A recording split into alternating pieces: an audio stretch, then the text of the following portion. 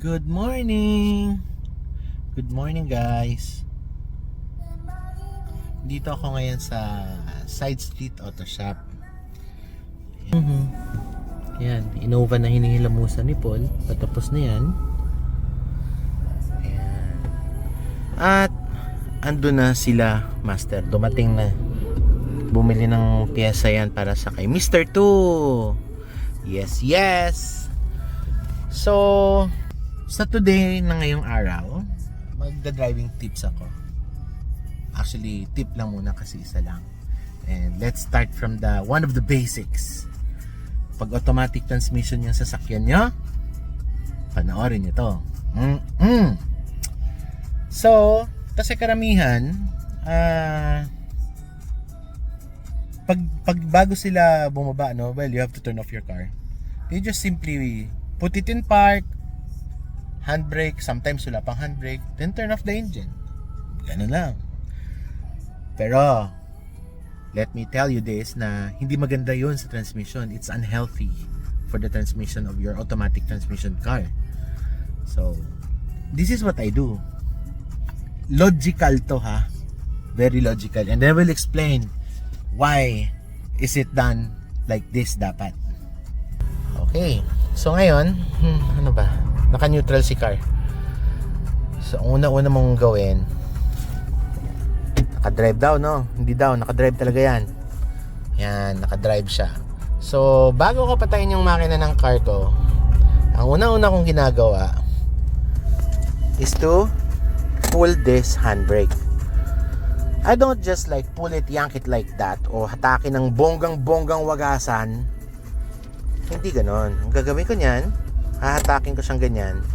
Pag matigas na siya, dadagdagan ko ng isang click, no? Bakit? Pag flat surface yung parking mo, okay yan. Pero pag uphill or downhill ang parking natin, bawasan natin yung music natin, dagdagan ng isa pang click or dalawang click pa para lock talaga si transmission.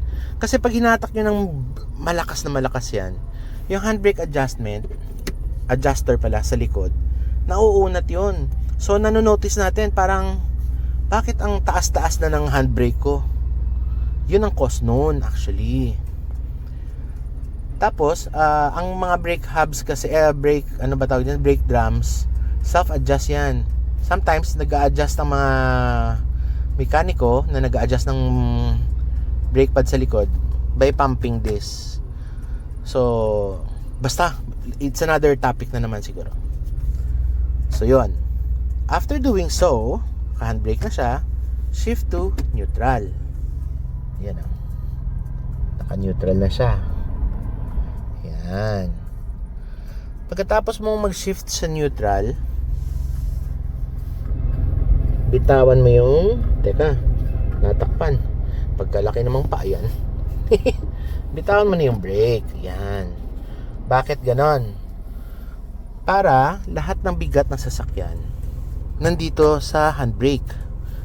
Yan ang trabaho ng handbrake natin. Di ba? Kasi yun eh. Nawalan ako ng linya. Anyways, after mo gawin yun, lagay mo sa park. Para pag in case na dumausdos or umayaw si handbrake, no? May mga cases kasi na ganyan eh. Magsislip si handbrake, sasaluhin ni transmission, pero hindi buong bigat ng sasakyan.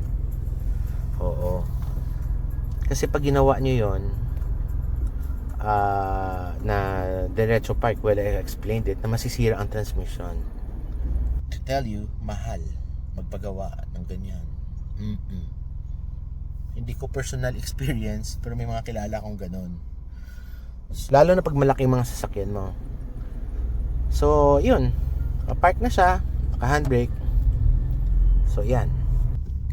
Kaya so far lang maisip kong basic driving tips. Marami yan actually. Siguro simulan ko unti-unti, maintenance sa sasakyan, mga what to do and what not. Ako, na-distract kasi ako kasi umandar na naman si Mr. 2. Iikot na naman yata yan para test drive. Ayan siya ang pogi. So, yan mo siya dyan umiikot. Anywho, so yun, I hope I did it clearly and explained it very well to those who watch this na naka-automatic transmission.